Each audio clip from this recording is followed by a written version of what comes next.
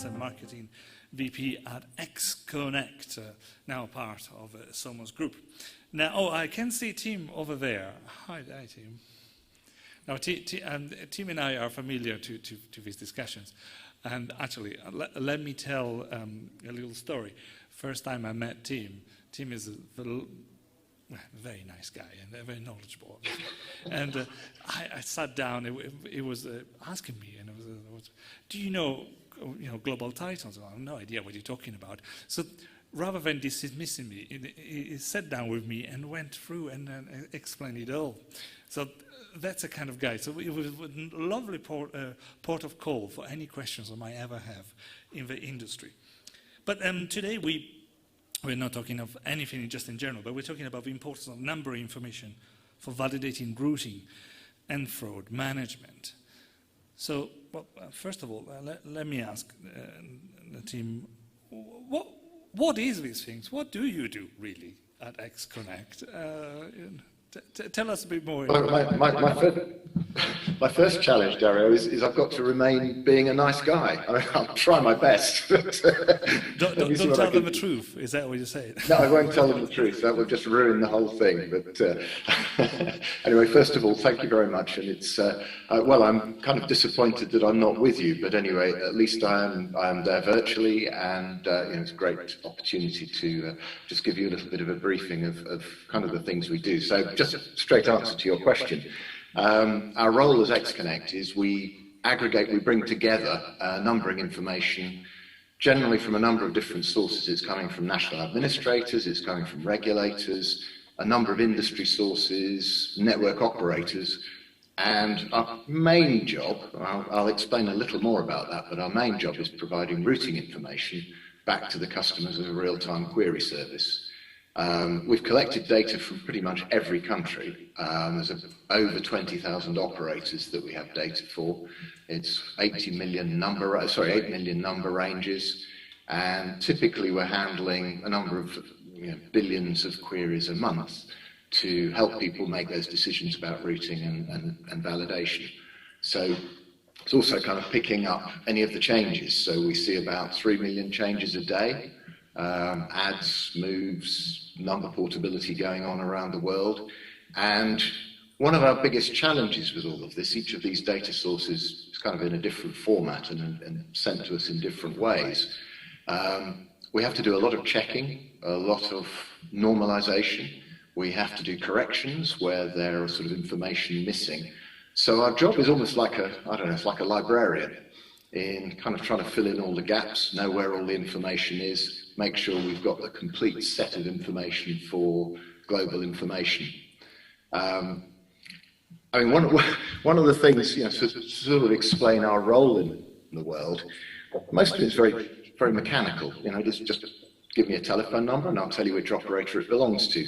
But we've been seeing increasing numbers, and there's one we're working on really just last week with a South American operator, where as they were introducing new MVNO services, it became apparent that nobody can find them.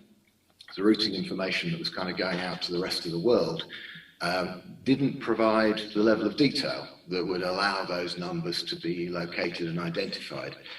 So we've been working very closely with them. We've got other examples. We've got a UK operator, Gamma, who we've had exactly the same thing with. They've been launching CPaaS services. So in addition to kind of acting as this aggregator, I'd say we're also a publisher. We're having information which is being provided to us by operators and those that need their numbers to be reachable, so that they can actually be found by the A2P community, by the carrier community, by the wholesale network community, and we're acting as that kind of information provider to the industry. Well, I told you you were a nice guy, because, come on, after all, you're helping the aggregators, your aggregators out there to make routing decision, which actually means money as well.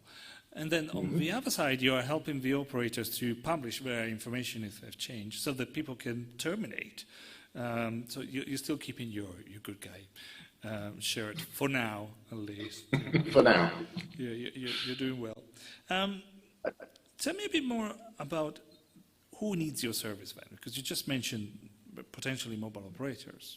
aggregate. Yeah, and we've kind of touched on that a little there, but probably kind of in order of I don't know, usage.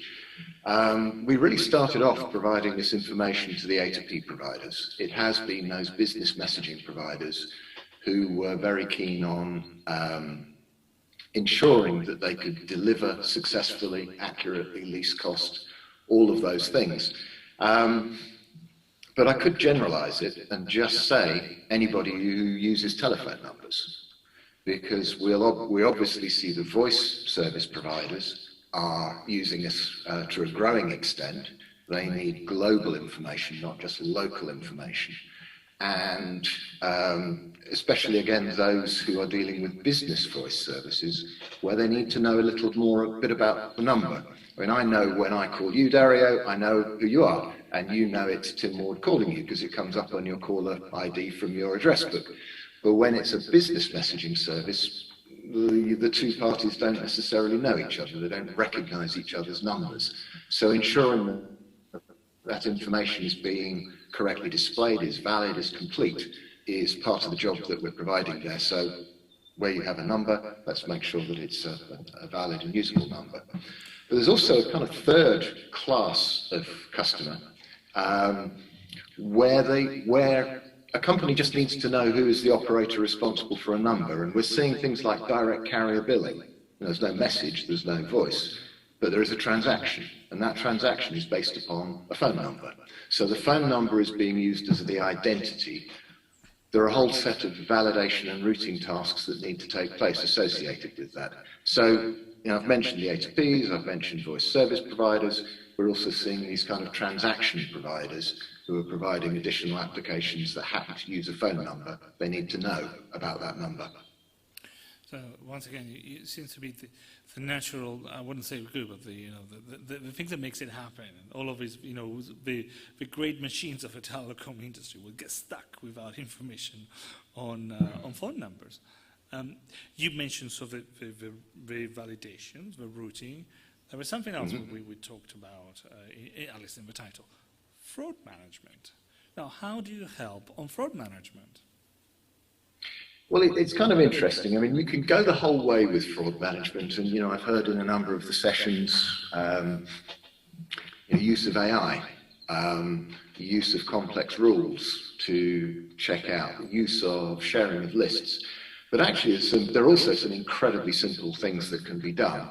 And, I don't want to make out our services are incredibly simple, but what I would like to say is that there are some initial things that can be done before you need to move on to the more complicated mechanisms. Just does a number exist? Today we are seeing a number of platform providers and service providers who get huge numbers of callback requests. It might be a callback request just for a phone call, or it might be a callback request that is resulting in a two-factor authentication message, or something of that sort. There are some frauds where either numbers that simply don't exist are being used for those callbacks, and that's resulting in kind of traffic inflation.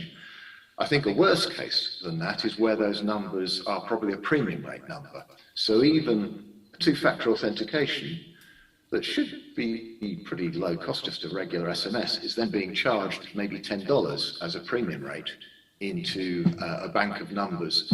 And if that's an international number, you wouldn't recognize it, even if there was human intelligence on that. Okay, most people in the UK would know that our premium rate numbers start with a 9, but not everywhere is that the case. So how do you know that that number that has tried to call you back is just as simple as premium rate? So it's in some of those very simple attributes of a number. Does it exist? And has it got any particular characteristics, an attribute that could result in an excess charge? Now, we can take that a whole step further. We're introducing things like do not originate. Should this number ever originate a call? Might be a perfectly good number for receiving a call, but maybe shouldn't be originating one. So these are additional types of information sets that we are growing into the data set to allow people to do some of these basic checks. Do I see a record about this number on a database that gives me additional insight to how it's being used? And we talked about some of those issues today as well, from phishing and onwards, and they do not originate, is a clear example of what that could be. Maybe it's your bank who wants to have received inbound calls, but you should not expect anything out there, even if you really absolutely. And it's been interesting seeing a number of the regulators now introducing actually mandatory requirements to check against some of these lists and make sure that you've done your due diligence. Before you terminate a call to some unsuspecting subscriber, make sure that you've checked it, make sure that it really exists, make sure that it is that the person is using it has a right to use it, and make sure that it's not on a known list of numbers that shouldn't be originating calls. And which reminds me to come back to the localization factor, how robocalls in Brazil were a particularly difficult time, and still until a few months ago. Things have much improved, so well done to that, even if we've seen, as it happens with fraud, that it's been moving to other channels and again. But yes, again, something so important, and in so different markets, different solutions. So it's almost like it's a call to arms. Every operator, even aggregators out there, do something or expect your regulator to do something, and we've seen it, how it happens in certain markets. As a matter of fact, let me turn that to you at Xconnect. Are you working with you, and possibly I should say your parent company in Somos as well? Are you working in some of those elements? Are you actively working on? Very, very directly. Although I've talked very much about what Xconnect does, and our job in bringing together all of these global data sets, Somos has a role specifically in the US in managing a number of the, well, I could describe them as regulated databases, the number management databases, what goes on with toll-free numbers, the number pooling database. So these are services that are being provided to the entire telecommunications industry in the US that help with some of the things I've talked about here. But they're taking that a step further, which is in being able to look at these additional data sets where, for data gatewaying into the US, information coming from international sources and then being terminated within the US, it's important that the operators are able to screen and check out those numbers against these key databases to ensure that they comply with the regulatory requirements. So this is very much part of what we're doing at a global level. And we're seeing a similar approach being adopted in other countries. So the UK has now introduced certain screening requirements. I think there are about 8 or 9 of the European countries that now have very clear definitions, particularly for international traffic, as to what the requirements are for caller ID and the screening responsibilities of those terminating traffic within that country. So I think this fits into the Xconnect and Xconnect as a Somos company role in ensuring that we're able to provide the information necessary to comply with some of these regulatory requirements. And it's so surprising for me, looking at the most fundamental and oldest element, I would say, of our telecom system, a phone number. And yet there's so much happening today, right now, in terms of developments and new things. It is so true, and I think it's still, as I've been involved in kind of this number management now, 12 years, I think it is when I think about it. Every year there's been the question, telephone numbers are going away. People are going to use other forms of identity. They're going to use email addresses or some other form of identity. But the one thing that is absolutely clear about the telephone number is that it's a recognized format, and it is truly global, and it has relevance in every single country on the planet. And that relevance is what makes it a useful attribute. It's not the only attribute, but it's a key attribute which can be used in so many of these identity-related applications where you need to understand where a call is coming from, where a call is going to, and ensuring that the relationship between those two entities is valid. Right now, there is no other sensible identifier that kind of will work cross-border in those same ways. So that's why I remain, number information services. That's what we do.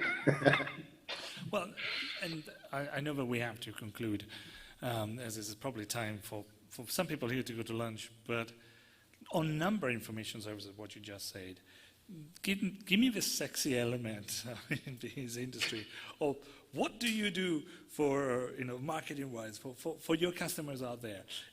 Is it efficiency? Is it savings of money? Is it Well, there's never one thing you can put your finger on, and I have to say, to identify the sexy bit is our real challenge. It worries me that I can actually be so enthusiastic about such a boring subject as telephone numbers. I've got ones, I've got twos, I've got threes, all sorts of numbers. But anyway, the way that it is used is what is interesting, and the social implications of how telephone numbers are used and this ubiquity of telephone numbers.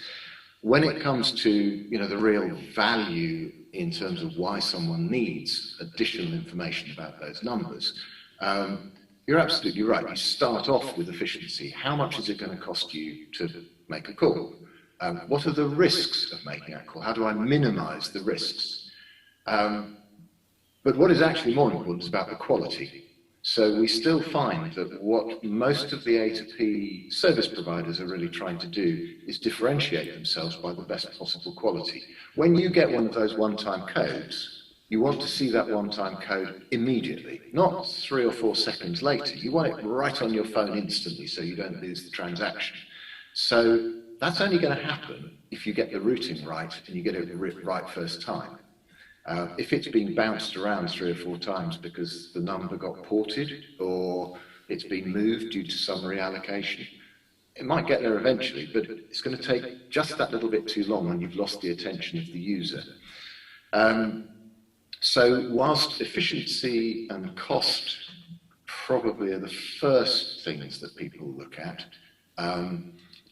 reliability and quality and latency kind of come up as the next.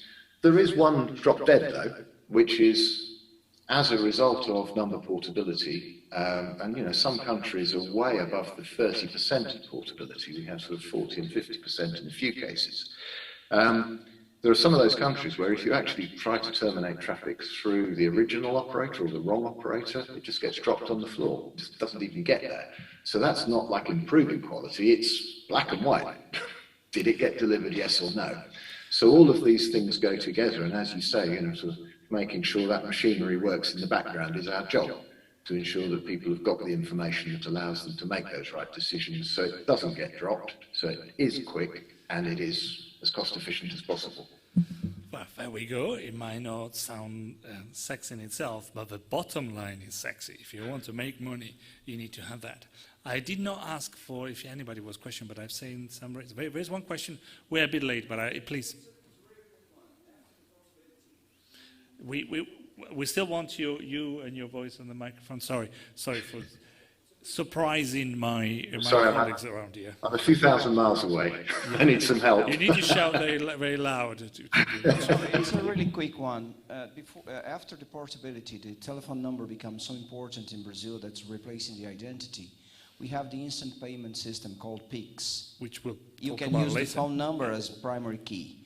But there is a bank in Porto Alegre in the south of Brazil. Your account number is your phone number. Because you never forget your phone number. So your account number is your phone number. So they're using the phone number to identify the accounts.